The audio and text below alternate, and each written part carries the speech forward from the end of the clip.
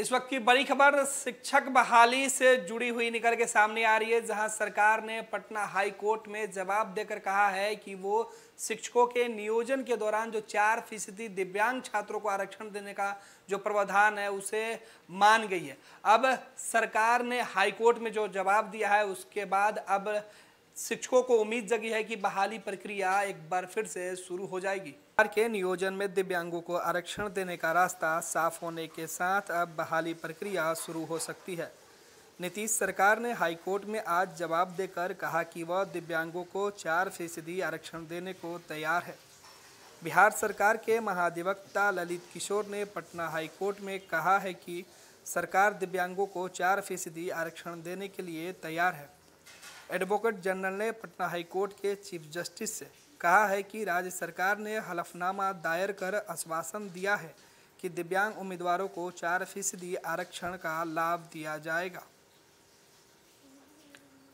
आपको बता दें कि शिक्षक नियोजन को लेकर ब्लाइंड एसोसिएशन ने हाई कोर्ट में रीट याचिका दायर की थी और बहाली में दिव्यांगों के लिए 4% आरक्षण सुनिश्चित कराने की मांग पटना हाई कोर्ट में रखी थी। इस याचिका पर सुनवाई करते हुए पटना हाई कोर्ट ने शिक्षकों की नियुक्ति पर रोक लगा दी थी। इसके बाद सरकार ने पूरी बहाली प्रक्रिया को ही रोक रखा था।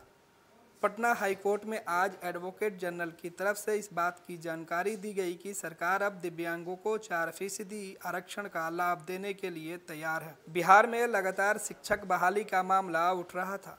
पिछले दिनों बिहार के शिक्षा मंत्री विजय कुमार चौधरी ने कहा था कि वह शिक्षक नियोजन प्रक्रिया को आगे बढ़ाना चाहते हैं, लेकिन मामला हाई कोर्ट में फंसा हुआ है। विजय कुमार चौधरी ने कहा था कि अगर हाई कोर्ट आज मंजूरी दे दे तो हम शिक्षक नियोजन प्रक्रिया को तुरंत आगे बढ़ा देंगे।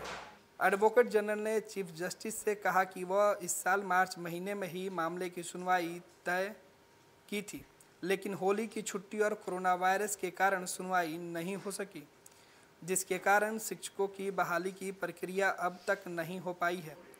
महाधिवक्ता ने चीफ जस्टिस से इस मामले में जल्द सुनवाई का आग्रह किया है। हाईकोर्ट में उनकी तरफ से बताया गया है कि याचिकाकर्ताओं की मांग सरकार ने मान ली है, इसलिए अब पूरी बहाली को रोके रखने का कोई औचित्य नहीं रह गया है। यह पूरा मामला लगभग 1.25 लाख शिक्षकों की नियुक्ति से जुड़ा हुआ है, जिसके लिए आवेदन भी जमा किए जा चुके हैं, लेकिन मामला हाईकोर्ट पहुंचने के कारण प्रक्रिया बाधित हो गई। अब सरकार ने हाईकोर्ट में जो जानकारी दी है उसके बाद हाईकोर्ट के तरफ से इस मामले पर अगले आदेश का इंतजार हो रहा है।